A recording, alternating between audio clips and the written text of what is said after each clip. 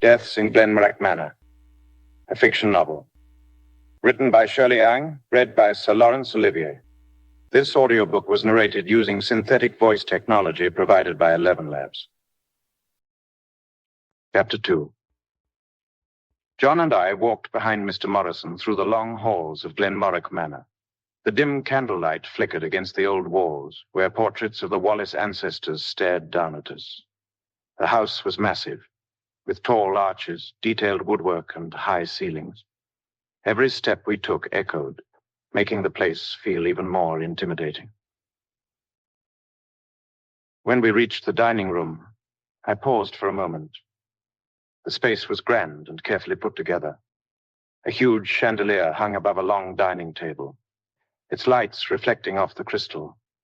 The walls were decorated with hunting-themed tapestries and framed paintings of the Scottish countryside. The table was set with fine ceramic plates, polished silverware, and delicate wine glasses that gleamed under the candlelight. A fresh flower arrangement and tall silver candlesticks sat in the center, making it clear that every detail had been planned to impress. The Wallace family sat around the table, each in their usual spot, as if there was an unspoken order. Soft conversations filled the air while everyone waited for dinner to start. Small groups formed as people chatted with those they felt most comfortable with. Some looked up briefly to nod at John and me, offering polite smiles of acknowledgement. Morrison gestured for me and John to step forward. "Lord Wallace will introduce you shortly, gentlemen." Lord Vincent Maurice Wallace sat at the head of the table, his wheelchair positioned as if to remind everyone of his presence. His caregiver, Rosie Taylor, stood beside him for a moment before settling into the chair on his left. To his right sat Benjamin Arthur Wallace, the heir apparent to the Wallace, a young man whose confident posture and sharp suit spoke volumes about his self-assurance. As I watched, I noticed something unexpected. There was an unmistakable authority in Benjamin's demeanor, yet his expression flickered. Just for a moment, when Rosie's gaze lingered on him. Her smile was subtle, but carried something more, a quiet ambition that I couldn't ignore. Lord Wallace's voice broke through the murmurs, rich and clear despite his years. "Ladies and gentlemen, my beloved family, before we begin, I would like to welcome our esteemed guests." He gestured towards me and John. "Mr. John Barnett, as we all already know him, my trusted associate and friend, has joined us tonight to discuss matters of importance to this family. And accompanying him is Mr. Ernest Isaac Owen, a remarkable private detective known for his keen mind and strong reputation." Everyone seated around the table nodded respectfully at both of us. I inclined my head in acknowledgement, feeling the weight of several pairs of curious eyes. Lord Wallace continued. He gestured to his right. "Mr. Owen, allow me to introduce you to my family. This is my eldest son, Benjamin Arthur Wallace, the next Viscount of Ayrshire, and the future head of our family. Benjamin has taken an active role in managing our affairs and ensuring the legacy of the Wallace name." Benjamin nodded curtly, his sharp features and piercing blue eyes giving him an aura of undeniable presence. I couldn't help but notice Rosie's subtle glance at Benjamin, a look that carried something between admiration and calculation. Lord Wallace continued. "To Benjamin's right is Lady Gracie Celine Stewart, daughter of Lord Boyd Fraser Stewart. She is betrothed to Benjamin, and we are proud to welcome her into our family. She is an accomplished artist with a talent for painting that rivals the masters." Gracie smiled softly, her calm and gentle nature evident in the way she carried herself. She was undeniably beautiful, with flowing brown hair and bright, expressive eyes that drew people in. There was an effortless elegance about her, fitting for the daughter of a nobleman, and the way she moved only added to the charm of the dress she wore.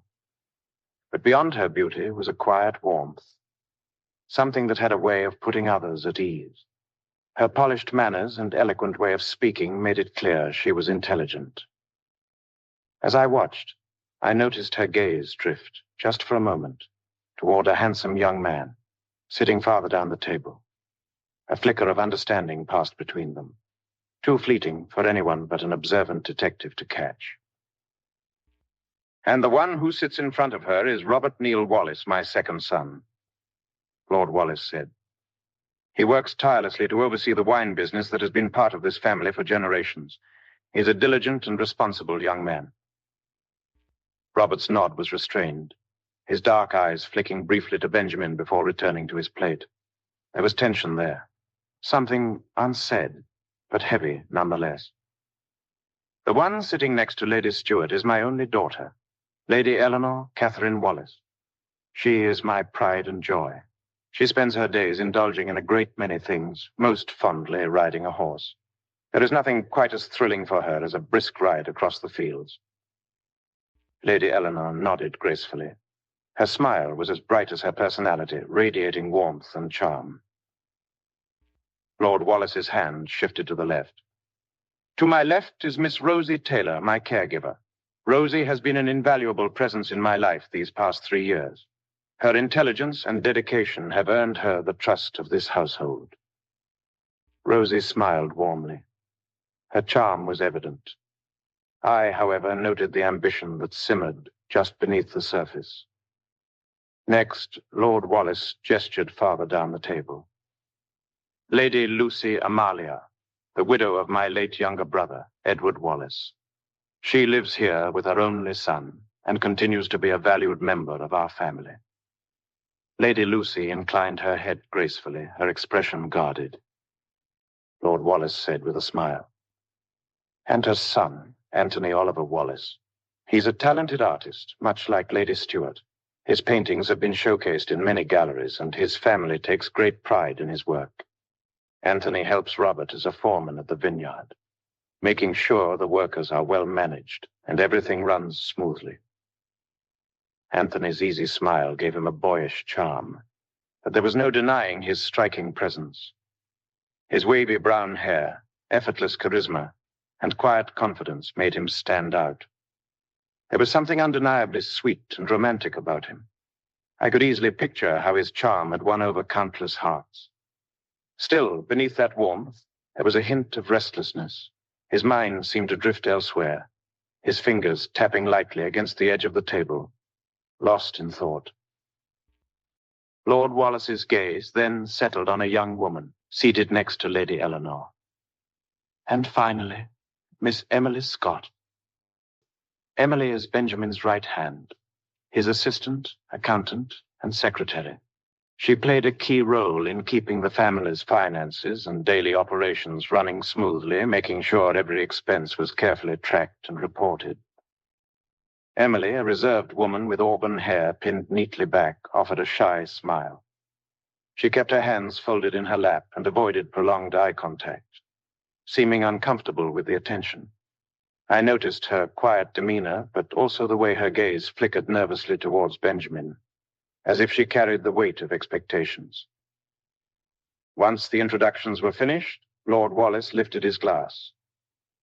"To family, friends, and a wonderful evening. Let's enjoy the fruits of our labor." The servants, led by Mr. Morrison, began serving the meal with practiced ease. Plates arrived in perfect rhythm, carrying the rich aroma of roasted meats, fresh herbs, and fine wines. As dinner went on, conversations filled the room. Out of habit, I sat back and quietly took in the shifting dynamics around the table. "I've never seen us all gather for a family dinner like this since Mum died," Benjamin blurted out. "Then I suppose it is Mr. Barnett, and Mr. Owen's presence appears to have brought us together tonight," said Lord Wallace. Benjamin spoke to us. "Gentlemen, it looks like you'll be staying the night, as the heavy rain and storm don't seem to stop." "That's very nice of you to invite them to stay, Mr. Benjamin. You are always so thoughtful in that sense." Rosie's attempts to draw Benjamin into conversation with polite but distant responses. Lady Gracie's serene exterior faltered occasionally as she exchanged glances with Anthony, their unspoken connection growing more apparent. She asked me cunningly, "Mr. Owen, pardon me for my curiosity, but how is it like to be a detective? That must be very exciting." solving a mystery, observing clues, gathering proof, looking for answers. But as she hadn't even finished talking, Rosie blurted out, "You mean by snooping around someone's house and private life, my lady?" "Rosie, watch what you're saying," Benjamin scolded her. "I apologize, Mr. Benjamin," said Rosie while lowering her head. She seemed to instantly regretful about what she had said by finishing Gracie's sentences, which led Benjamin to scold her in front of everyone. I thought that Rosie was only envious of Benjamin's affection for his fiancée, Gracie. Lady Gracie attempted to correct things, and I could see that this girl had been raised with courtesy and manners. "No, Mr. Owen, that was not what I meant. I apologize." "It is not your fault, love," said Benjamin to Gracie comfortingly. "Don't worry, I never take the words to heart," I calmly answered. Being a detective is a mix of excitement and mental challenge, piecing together clues, following leads, and trying to figure out what happened. "I believe it must take a lot of thinking and paying attention to details," said Lord Wallace. "That's true, my lord, but also really rewarding whenever I solve a case. It's like solving a big puzzle," I answered him. John interrupted from his viewpoint. "However, there's a sense of responsibility too, though, because his work impacts people's lives. Don't you think so, Ernest?" "That's absolutely spot on, mate," I replied. Meanwhile, Robert remained quiet, his discomfort palpable as Benjamin spoke confidently about the family's future. Benjamin tried to close the topic. "Oh, what an exciting profession, Mr. Owen." "Anyway, Pop," Benjamin said, addressing Lord Wallace, "the vineyard will expand next year. I've already begun negotiations with distributors in London. With proper management, we can double our profits. Though to make it happen, we'll need to allocate a bit more funding." Proper management? Finally, I heard the young man talking. Robert's tone was tight, his grip on his glass firm. "Are you implying the current management is inadequate?" Benjamin's smile was thin. "I'm simply suggesting improvements, little brother. We can always strive for better, can we not?" Robert shot back, his voice rising slightly. "You've never set foot in the vineyard. You make decisions from behind a desk, without a clue of the bloody hard work that goes into them." Benjamin's eyes flashed, but his posture remained relaxed, as if he didn't quite feel the weight of Robert's words. "I don't need to walk the fields to know the potential of this place, little brother. Numbers speak for themselves. We need efficiency, better organization, and new methods. I've been out there talking to people. Just because you don't see me doesn't mean I'm not working." He paused, letting the insinuation hang in the air. "I've been working hard, just in other places." Benjamin smiled cynically. Robert's face reddened, a mix of anger and something deeper, something that felt like resignation. "Oh, right, to other places. It's funny how nobody ever seems to know where you're off to when the real work actually happens here. You reckon just because you've been speaking to distributors and making plans, you know better. I'm the one out there every damn day making sure everything stays on track. You think that's easy? You think Pop gets how much of this place runs on the people actually here?" His voice had grown louder, his frustration spilling out uncontained. Lord Wallace interjected. His tone was sharp. "Robert, that's enough. This is neither the time nor place for such discussions." Benjamin's face remained unreadable, but his jaw clenched. "I don't need to justify my work to you. I'm simply pointing out things we could be doing better. I'm thinking about the future. Our future. If you'd take your head out of the dirt for a moment and look at the bigger picture, maybe you'd understand." Robert's eyes burned with what Benjamin had said. "I'm not the one who's been disappearing for weeks at a time, big brother. I've been here, day and night, doing the real bloody work. But you always seem to be the one who comes back, talking big about what we could be doing, while I'm left to pick up the pieces. You always come as the one with all the big ideas, the one who's got the solutions. Well, it's easy to look like a hero when you're not the one buried in the mud with the rest of us." Benjamin's face shifted ever so slightly as if the words stung, but he quickly masked it, his composure slipping back into place. "Oh, you think that's easy?" I'm working on connections and partnerships, making sure we have a future that doesn't rely on the same old ways. You can't just stick to what's comfortable and familiar, little brother. You've got to be willing to step outside your bubble. Robert's hand tightened around his glass once more. Oh, some comfort, you're saying? It's about sacrifice. You don't get to waltz in here taking credit for everything that works. Do you have any idea what's required to keep things running day to day? I don't disappear. I'm the one who shows up. I'm the one who works the land. You show up when it's convenient for you and talk about the big picture, but I'm the one whose hands are in the dirt. Papa can't ever see that, can you, Pop? The heated argument grew. Lord Wallace, who had been listening intently, finally spoke, though his voice was more cautious than authoritative. I said enough, both of you. But it seemed like Robert was not finished yet. All he sees is you with your fancy words and your big ideas. You make yourself out to be the hero, the one who's making all the right moves, while I'm stuck in the trenches, trying to make sure we don't sink. Robert turned to Lord Wallace, his voice raw. Papa, you've never seen it. Ben's never here. He makes all these promises, but he's nowhere to be found. When the sun rises or when the workers are grumbling. And then he comes back, talks about the future. And of course, more funding. All for the sake of expansion, like he's the one who's been putting in the work. Benjamin's smile was tight, but his eyes were hard, no longer hiding the tension. I don't need to be out in the vineyard to know what needs to change. I'm doing what needs to be done. You're too focused on the here and now. I'm focused on the next step. And that's the difference between us. Robert shook his head slowly, his voice lower now, tinged with exhaustion. The next step, rubbish.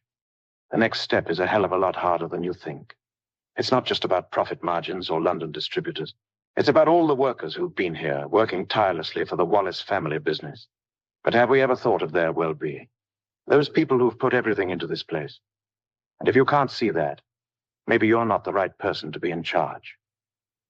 Benjamin's eyes met Robert's for a moment, an unspoken challenge lingering in the air between them. Lord Wallace cleared his throat again, his voice calm but firm. Don't make me say it again. I'm telling you both, enough talking, he said, his authority carrying more weight this time. We're supposed to move forward together, or we won't move at all. I've seen how much work you both put into this place. Now it's time to find a way to work together. Not against each other. Benjamin stood, preparing to leave the dining room. Oh, I've had enough, Papa. I'm off. I've got a dreadful headache. And I'm not about to make it worse with some silly argument with my little brother. Excuse me, gentlemen. May you both enjoy the rest of the evening? Benjamin said, nodding respectfully to me and John before making his exit. Lord Wallace tried to stop him. Benjamin, please. No, Pop, I really do have this bloody headache. I beg your pardon, Benjamin said. And after kissing Gracie on her cheek, he continued his steps out of the dining room. Meanwhile, Robert sat facing his untouched food. But for the first time, there was a quiet resignation in his stance. I saw him glance at Benjamin, leaving the room. Silence was heavy, as if the whole room was waiting for someone to break it. The tension remained, revealing the cracks beneath the family's carefully maintained image. As the argument simmered, I noticed Rosie glance at Benjamin, a brief look of quiet satisfaction, as if she was enjoying the chaos. Then, like a breath of fresh air cutting through the awkwardness, Gracie broke the silence. Her voice, though quiet, held a calm assurance. The art gallery in Edinburgh is hosting an exhibit next month. Anthony, your works will be displayed there, won't they? Anthony, momentarily startled by the shift in conversation, let out a small chuckle as he relaxed into the familiar topic. A small but genuine smile tugged at the corners of his mouth. Yes, my lady. Though I doubt they'll come close to your masterpiece, my lady, he said, his gaze softening as he met her eyes. Your paintings have always been mesmerizing. I've seen people stand before them, completely captivated. You capture something in your subjects that no one else can." She was surprised by the sincerity in his voice. She blinked, taken aback by his words. She smiled, but it was a small, almost hesitant tilt of her lips, as if unsure whether to fully embrace the moment. "You flatter me, Anthony. I don't put many of my portraits in the public gallery," she said, though there was a subtle warmth to her tone. "But you've always had such a gift for landscapes. You don't just paint a scene. You breathe life into it. When I look at your work, I feel as though I could step right into the frame." Anthony's eyes lit up at her words, and for a moment his usual guardedness slipped away. "It's the truth, my lady. You have an incredible ability to make your paintings not just a representation of a person, but a window into their soul. I've never seen anyone else do that." "Anthony, those are very kind words of yours," she replied, sounding very shy. I noticed Gracie's breath caught in her chest. She must not have expected such an intimate compliment from Anthony at such a formal event as this. He allowed himself to speak so openly, and I thought she could feel the shift in their dynamic, a warmth that had been absent for so long. Her fingers toyed nervously with the hem of her sleeve as she looked down, trying to compose herself. "Of course, my lady, you deserve it," Anthony replied and smiled. Anthony's eyes flickered with a mixture of understanding and something else, something more wistful. I thought the ache in his chest was undeniable. It seemed like there was so much more he wanted to say, but the weight of their circumstances, her engagement to Benjamin, the life she was expected to lead, kept him silent. Instead, he turned to his wine glass, the taste of bitterness lingering on his tongue. Not from the wine itself, but from the unspoken truths that had risen between them. There was so much left unsaid, so much that could never be said. Their brief exchange brought a moment of lightness, but my mind stayed on the tensions I had seen simmering beneath the surface. For all their wealth and refinement, the Wallace family carried secrets, ones that felt ready to spill over.